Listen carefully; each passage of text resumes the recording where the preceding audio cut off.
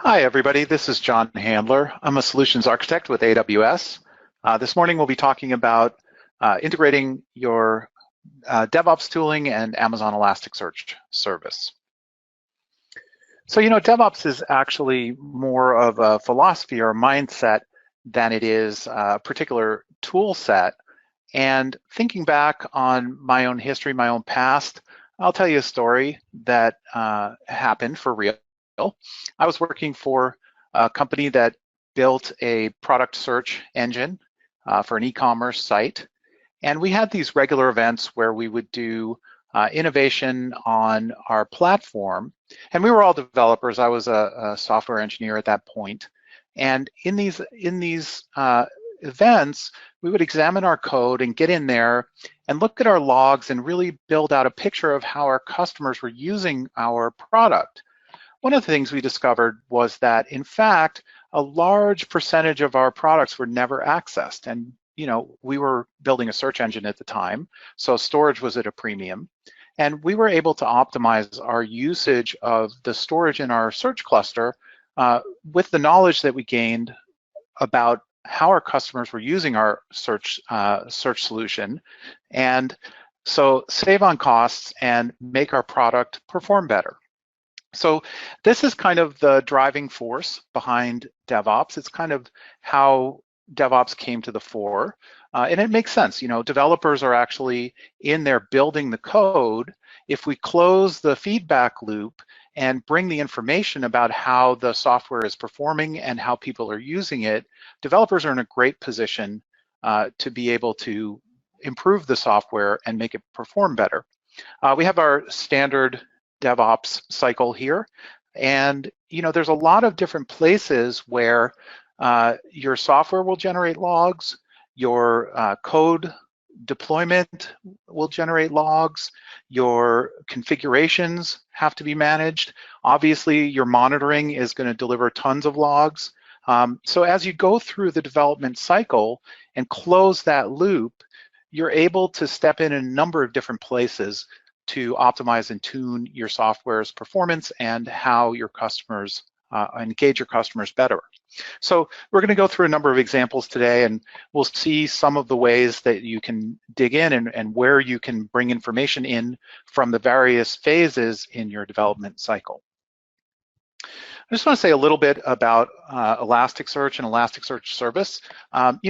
We have on AWS a number of managed services that aid in your DevOps process. One of those is Elasticsearch service. Elasticsearch service provides you the ability to run Elasticsearch in the AWS cloud in a fully managed way. So you're able then to bring all your data in really easily. We take care of managing and maintaining the software and hardware that constitutes your Elasticsearch cluster. For those of you who are not familiar with Elasticsearch itself, I just wanted to say a couple of words about what is Elasticsearch. So Elasticsearch comes out of the search world and in fact sits in the database world. You can think of it a lot like a database where you put in your data with some structure around it, and then you run queries to pull data out of it in response to those queries. In Elasticsearch's evolution, it really started life as a text search solution. You can think of things like Google, where you search over all of the web by entering a few words. In a very similar way, Elasticsearch allowed you to upload a set of documents or entities, and then provided you with natural language capabilities to decompose those entities, parse out the text, and get it into a format that made it easy to search and easy to add essentially a search box to your website.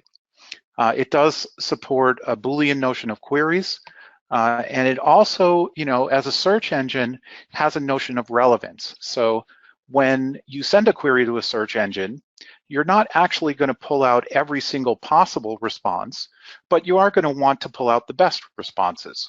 When I search for a web page, I want to make sure that I get the best match for the text that I put into that text box, and that should be my query response. As Elasticsearch evolved, it really evolved a tool set and ecosystem around it that supported streaming data into Elasticsearch in a very fast manner. So Logstash is an open source technology that allows you to connect to an input, perform an ETL on data as it flows through, and then deliver that data to Elasticsearch. So with that tool and in Elasticsearch itself, Elasticsearch supports a large volume of throughput. And that really opened up the possibilities for logs. Because if you think about it, when you have logs, one thing you want to do is be able to search them. If I have a terabyte of Apache web logs, and I know I'm getting 503s somewhere, then the easiest thing to do is throw all those log lines into a search engine, and then I can simply query for status code 503 and bring all that data out. And so that really drove a lot of usage of Elasticsearch and a lot of its popularity, that ability to throw my logs in there and find problems and fix them. At the same time, Elasticsearch and search engines supported a feature which was called faceting, now called aggregations. What aggregations do is allow you to take a search result set and then perform statistics on the values of fields. In the context of log lines, what that means is I can search my Apache web logs for a particular request, say, and then look at the status codes that I received for that request itself. And then I can get a count of those status codes, or essentially a histogram of the responses to a particular request. Now, because it's a histogram, the obvious next step is to build that into a visualization of a histogram. And Elasticsearch, again, in the ecosystem, there's a technology called Kibana.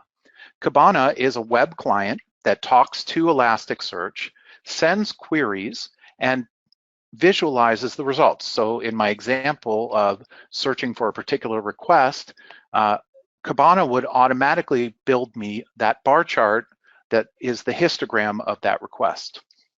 And Kibana also supports a time-based notion that allows me to display that graph across time and to monitor what's going on in my hardware.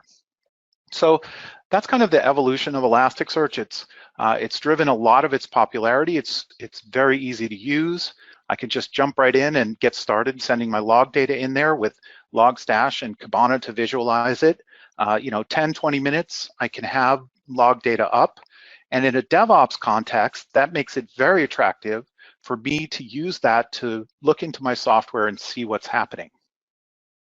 The challenge with Elasticsearch is not on the getting started. The challenge with Elasticsearch is really more around scaling it. So as you send more log data into Elasticsearch and you need to scale it up, it becomes much more difficult to own and operate that Elasticsearch cluster and keep the lights on and keep it running. And this is where in AWS, Amazon Elasticsearch Service steps in and takes over a lot of the operational and other challenges with running Elasticsearch. So Elasticsearch Service, as I said, is a fully managed service that allows you to run Elasticsearch in the cloud. First, most important thing, we do support the open source APIs and tools.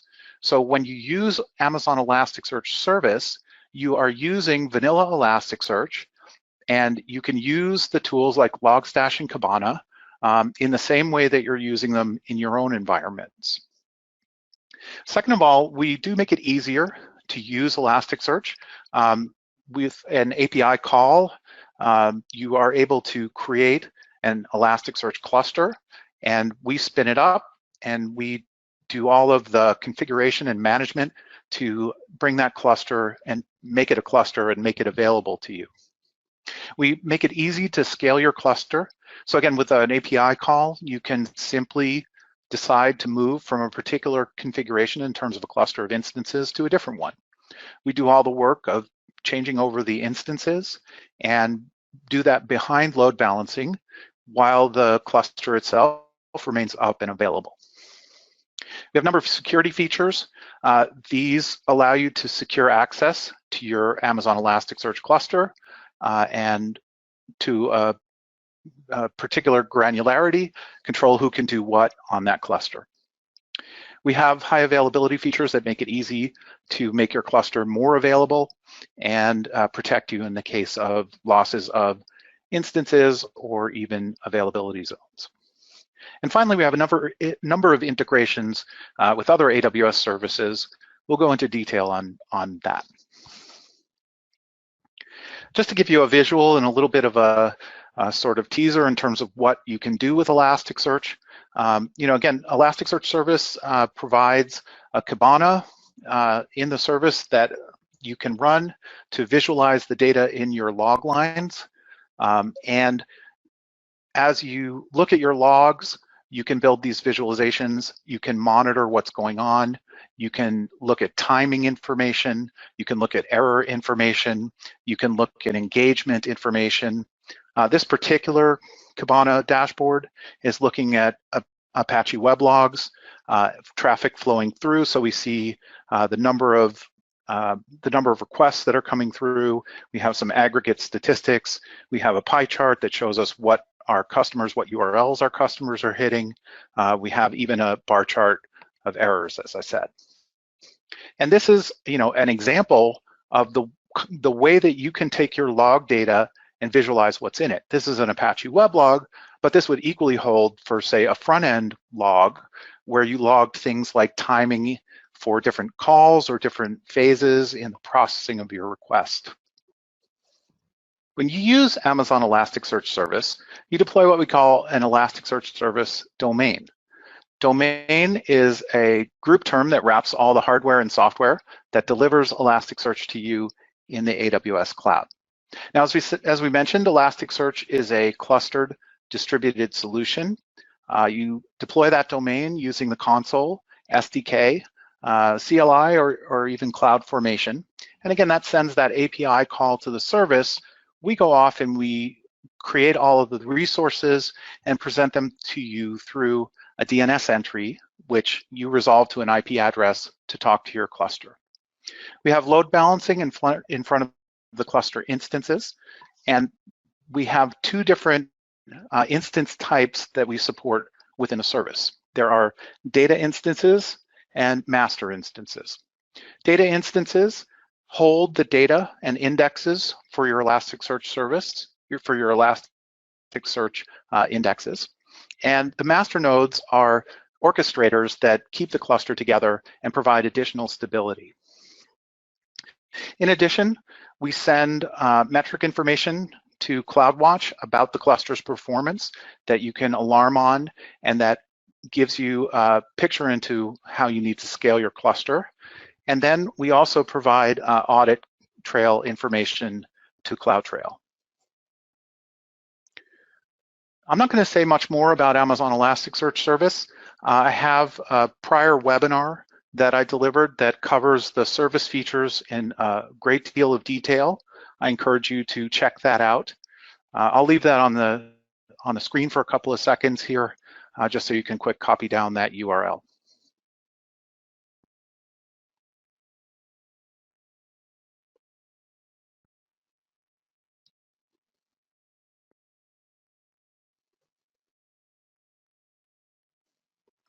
I will mention one thing that was a recent launch. We do have within the service a security model, which is a very layered security model. Ultimately, most of the access control provided for Elasticsearch service is delivered through IAM.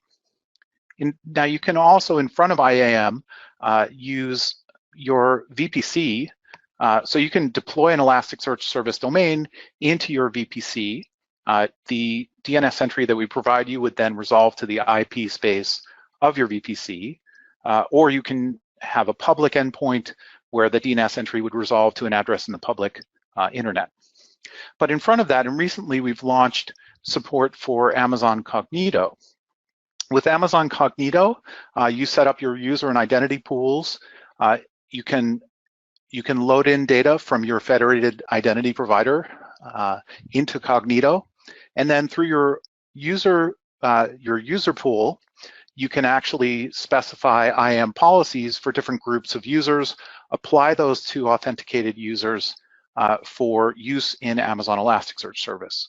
We support this Cognito integration with a Kibana sign-in panel.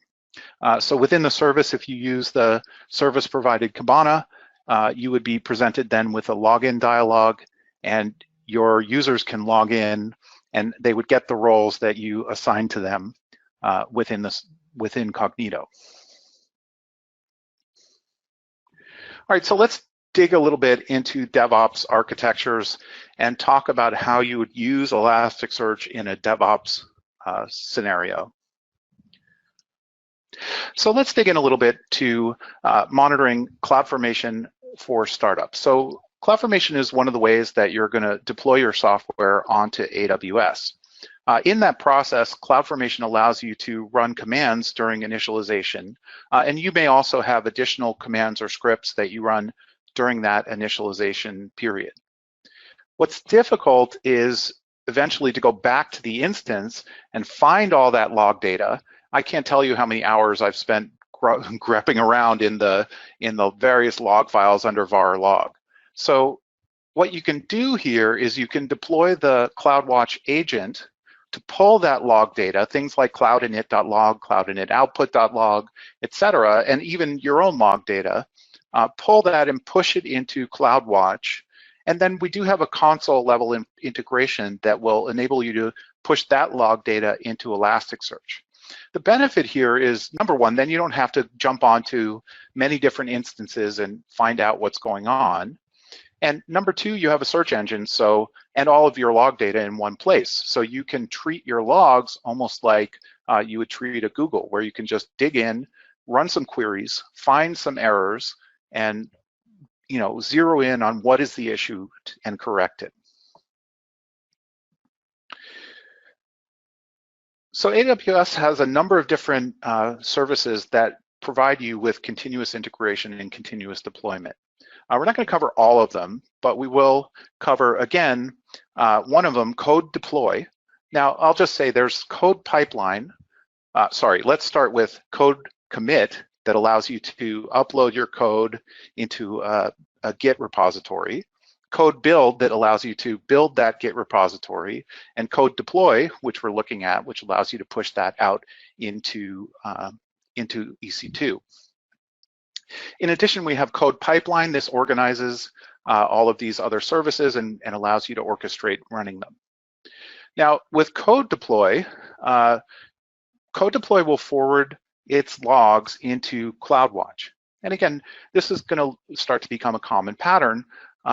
As you push that data into CloudWatch, or as actually code deploy pushes that data into CloudWatch, you can then forward it to Elasticsearch, again, to look for issues, perhaps do some timing. So looking at end-to-end, how long is it taking?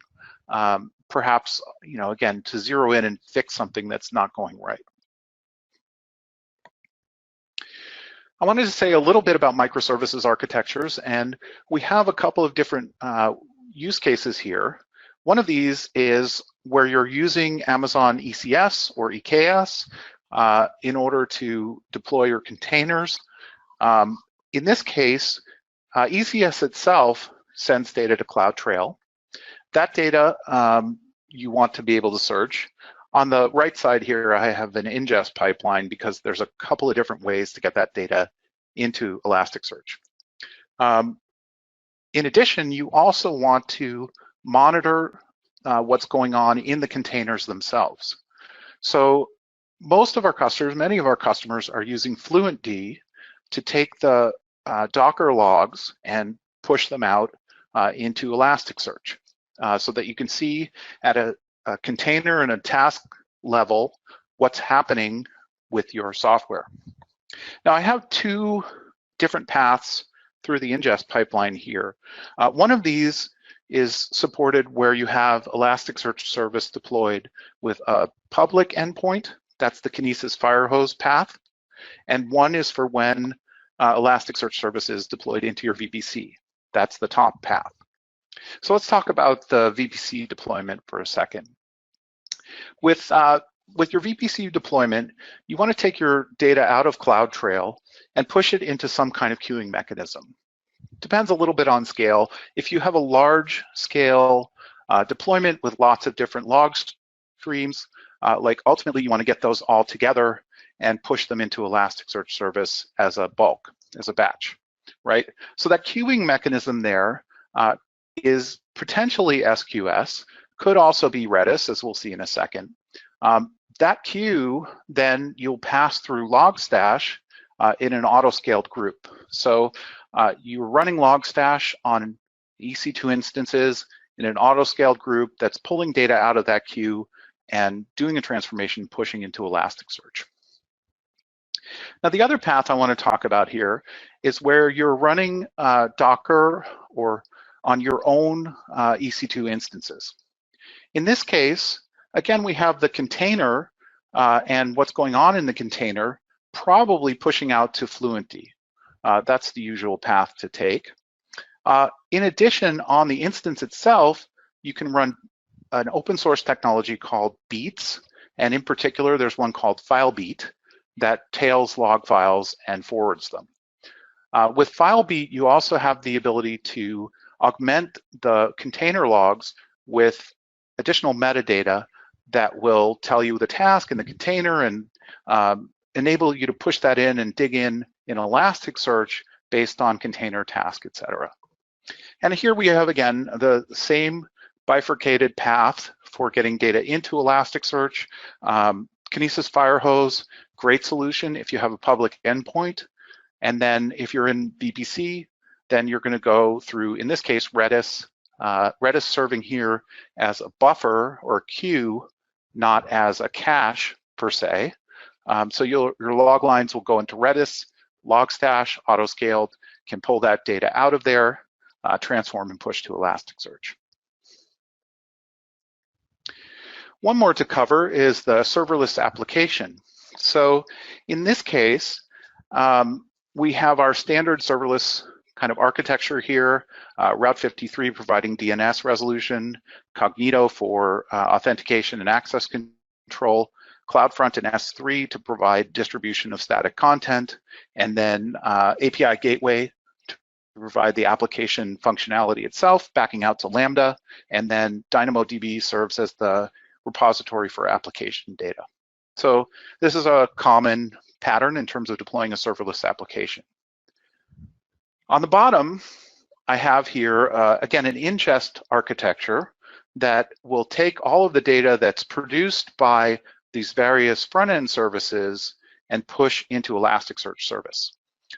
Starting with CloudTrail, so we have Dynamo, Cognito, and IAM that push data into CloudTrail. That data eventually lands in S3. However, you can configure it so that CloudWatch will also pick up that data. So that's going to be the methodology there. We have, for Route 53, API Gateway, and Lambda, they push their data, their logs directly to CloudWatch. And we have CloudFront and S3 pushing log data into an S3 bucket. So we're using S3 here essentially as a data store for all of our log data. That's the collection point. And you can see where, where various services are sending data to either CloudTrail or CloudWatch, all of that data eventually will trigger in CloudWatch an event to push into S3 so that everything lands in S3. S3 is our collection point, and then we apply a very similar ingest architecture where Lambda responds to the objects landing in S3 and either pushes into that queue through Logstash to Elasticsearch or pushes to Kinesis Firehose. So one of the core questions that comes up for me when customers are doing DevOps is either they have a number of developers across their organization who are employing DevOps practices and want to do monitoring for their software, or there are a number of different pieces of software. And the question always arises, how do I put that all into one place so that I can provide a single pane of glass to be able to look into that and what are the trade-offs and breakdown of that. So we're going to spend a little bit of time here answering that question. So the first thing is, and we've seen how this looks for various architectures, but you need to build an ingest pipeline that fundamentally is going to take your data from your data source, collect it somewhere, and then provide the ability to transform and buffer that data before delivering it to Elasticsearch service. You know, in the architectures we talked about, S3 for the microservices served as that main collection point. In the code deployment CI/CD, we had CloudTrail as the collection point, with the CloudWatch as the collection point, with the CloudWatch agent serving as the collector. There are lots of different methodologies that fall in these buckets, but these are the core pieces of an ingest architecture that you need to build. And when you deliver, you're going to deliver a set of log streams that are coming from different sources. So you need to be able to send those off to Elasticsearch. And when you do that, you have a choice here. Elasticsearch works with indexes, which are the top level structure that contains your data itself. Generally, what we see, customers are using a per day index. So in this case, you know, logs-01.21/2018 contains all of my log data from that day, etc. for 122, 123, 124, etc. There's a couple of pieces of this, right? So we do this kind of data storage to facilitate lifecycle management for the data in the cluster. Generally, we see Elasticsearch is applied to a very short time frame and is focused on pulling data in real time so that you can monitor and figure out issues. So we don't see a long retention window for that data in Elasticsearch because it's a hot store. That also is one of the reasons that I used S3 as a collection point, because in this way I have the hot store Elasticsearch, which has my most recent data, and then I have S3, which contains my as long as I'd like, backwards in time, all of my data. Within Elasticsearch itself, though, again, we like to rotate these indexes and drop the oldest one at the end of a retention period. Often that looks like a week. And you know, again, your forensic analysis, your monitoring, that generally happens on a much shorter time frame. So data itself, you know, as it comes in, each of these log streams is going into an index. That index is then composed of a set of shards. Shards are the way that Elasticsearch is able to provide horizontal scale across your data set. You set the shard count when you create the index, and that shard count of primary shards determines the distribution of documents within your index across those shards. Shards do not overlap. They're each a distinct subset of all of your data. In addition to your primary shards, you also can deploy replicas. We always recommend that you use one replica. In fact, that's the default in the service, although you can change it. We always recommend one replica to provide redundancy within the cluster for your data, right? So I have a primary and a replica for each subset of the data that's coming in for a particular log stream. Elasticsearch deploys the shards elastically, that's why it's called Elasticsearch, across the instances, the data instances that you provide in the cluster. And Elasticsearch makes sure that primary and replica shards always end up on different nodes, so that if you lose an instance, you retain at least one copy of the data, and Elasticsearch then recreates the missing copy. And shards turn out to be a really important element of Elasticsearch in terms of both storage and work. So as you're creating your shards, those shards are mapped onto your data instances, and when you send an update or a query, each of the shards that are involved in that grabs a CPU and runs the request that you've sent. In addition, each of those shards then, of course, is storing the information for the set of documents that you've put in. So your primary shard count is very important because that determines the density of your data and Elasticsearch's ability to move it around, and Elasticsearch's response times and latencies in processing your requests. We recommend that you set your primary shard count based on storage with a target of 40 gigabytes per primary shard.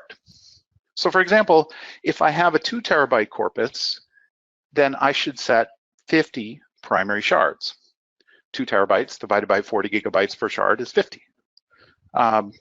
You always want to use at least one replica for production workloads.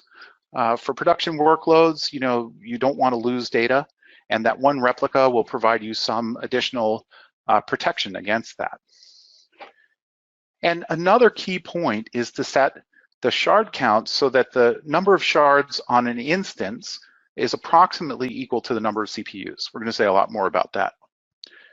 Finally, a best practice is to try to keep your shard sizes as close to one another as possible. If you have a cluster that's hosting multiple log streams, you want to try to set your shard counts so that everything has roughly 40 gigabytes.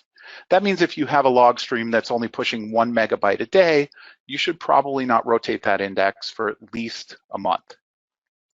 So it's not wrong to have a single primary for a small index, is what I'm saying. To set your shard count, you use an Elasticsearch API.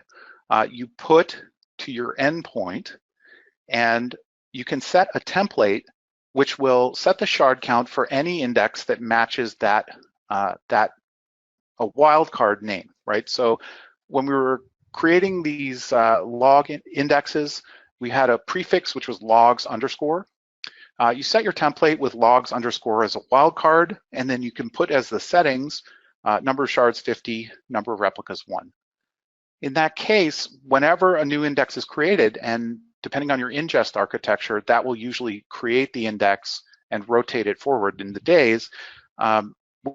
Whenever you create an index, that new index will get the shard count that you set here. So, well, let's return to the main point and talk about handling tenancy within a single Elasticsearch cluster.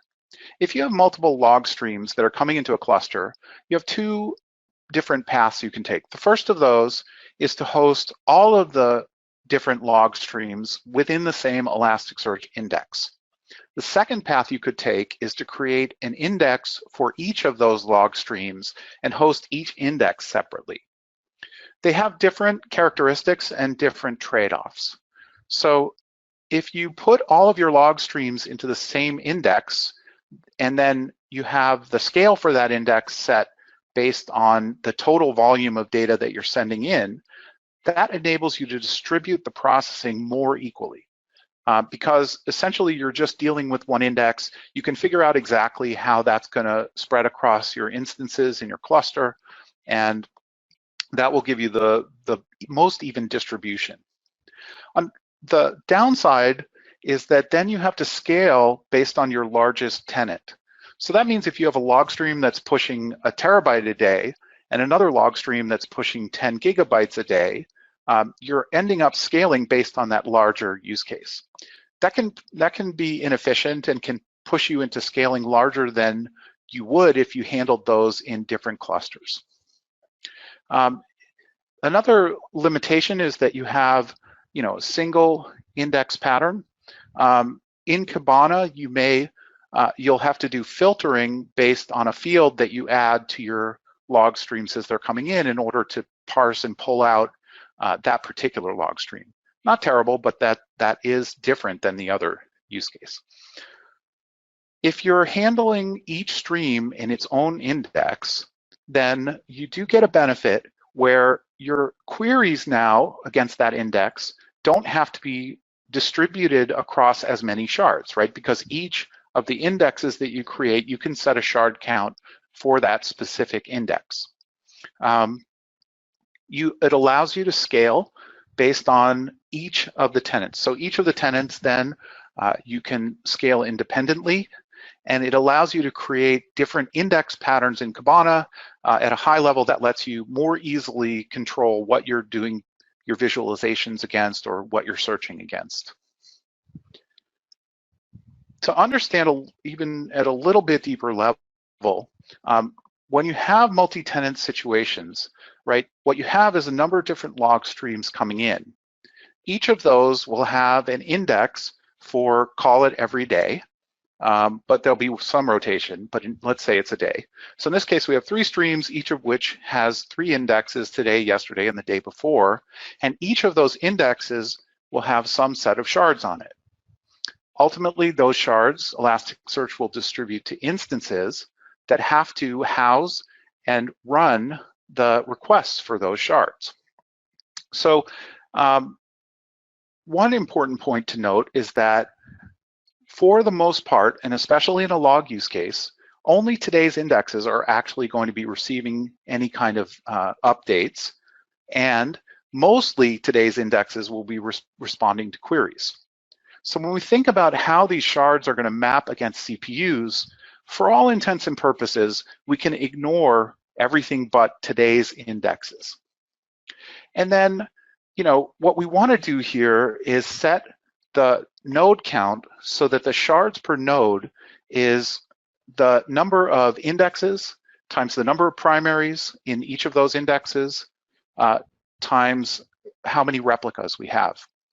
And we'd like to see that, number one, the number of shards distributes evenly across all of the instances, and number two, that the number of active shards, in other words, today's indexes, is roughly the same as the number of CPUs on the instances that we deploy. So this complicated picture is one of the reasons that's a little difficult to scale Elasticsearch, especially in the context of multi-tenancy. When we think about how many indexes you're holding in your cluster, that really translates into how many shards you have, which translates to how many CPUs you need to support all of those different indexes in your cluster, all those different log streams. So to really understand deeply the relationship of the shards to the processing of those shards and how many index patterns you can support within your cluster, let's take a quick, deeper look at how Elasticsearch processes a write request. So let's say we'll take a single stream of data, and that stream is writing to today's index within Elasticsearch. That's represented by the black arrow with the highlighted index box. Now that index is comprised of a set of shards. In this case, it's 3 primaries, and space, because of space limitations, I only have those 3 primaries. I don't have the replicas there, but we can imagine that each of those primaries then is going to write that data. And in addition, each replica also has to write the data.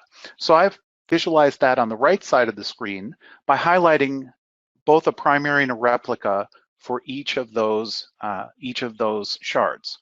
What this means is, as stream 1 writes data, it takes 6 shards to write every request, assuming your bulk covers every single shard, and we'll just assume that. So to process that request, I need 6 CPUs, okay? Now, when I process a query, it's a very similar story. Let's say I have stream 1, and I'm querying only today's index of stream 1.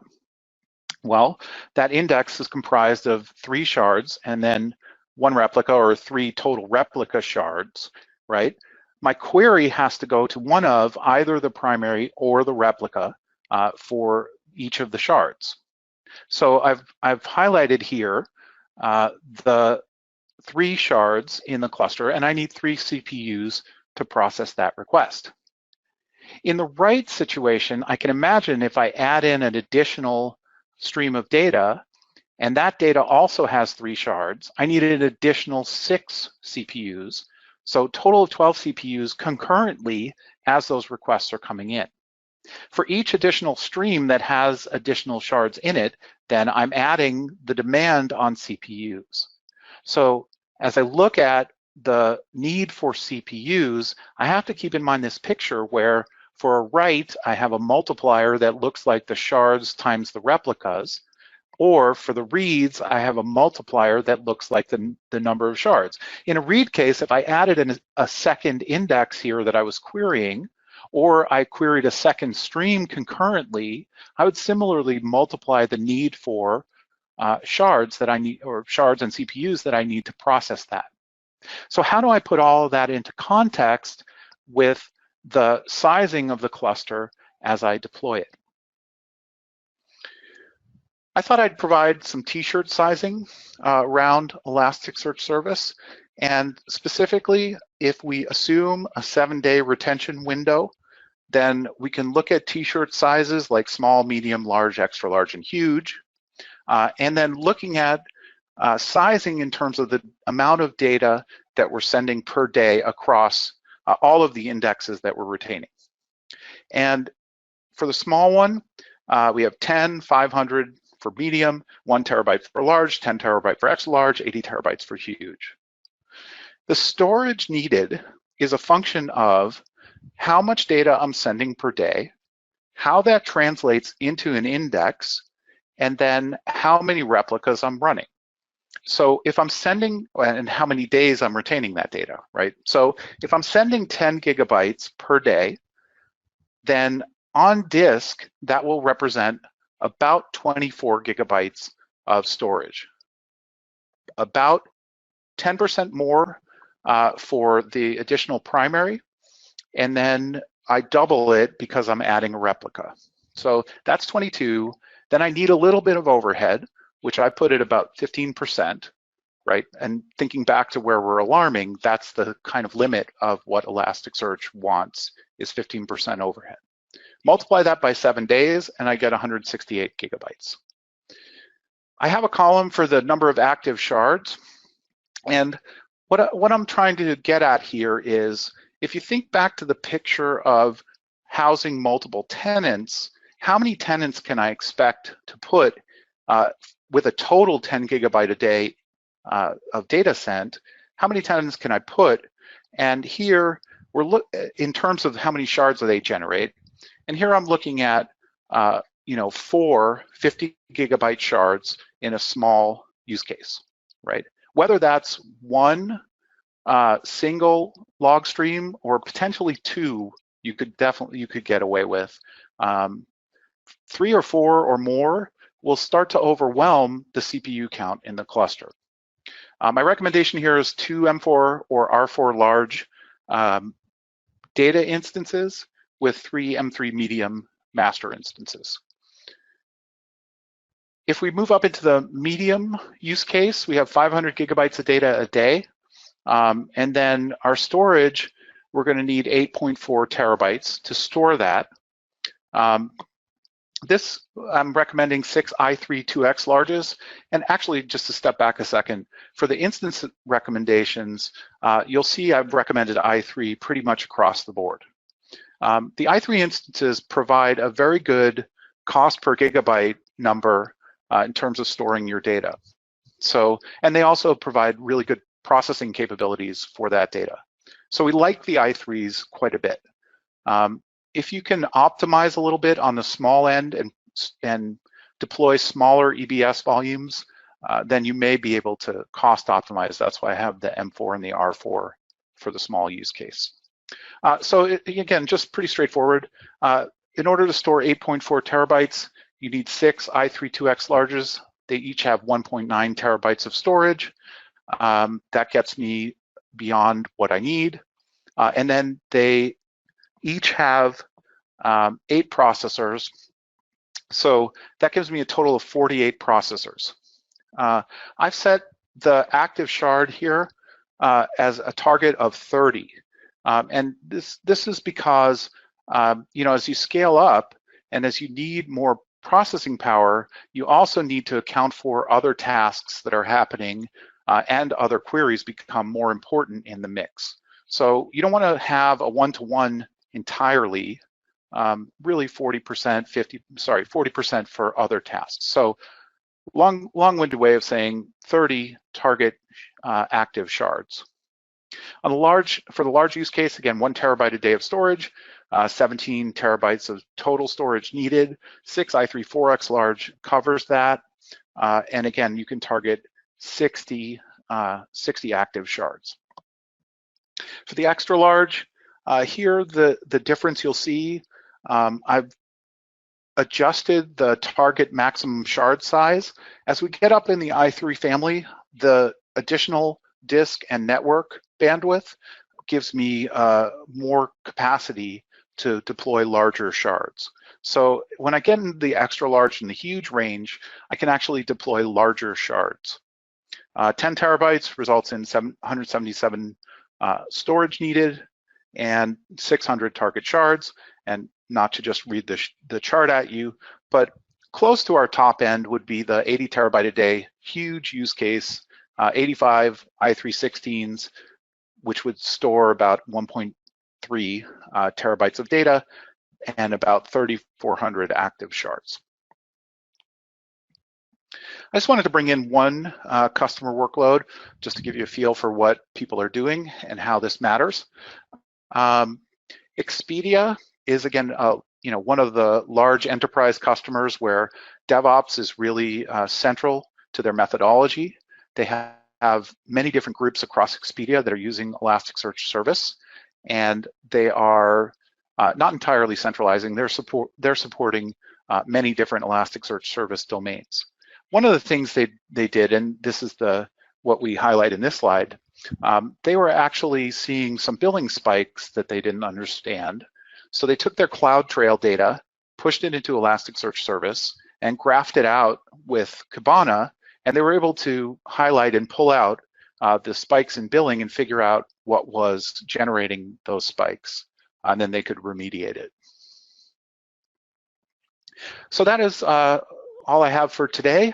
Thank you very much for your time and attention, and look forward to seeing you on the Elasticsearch service.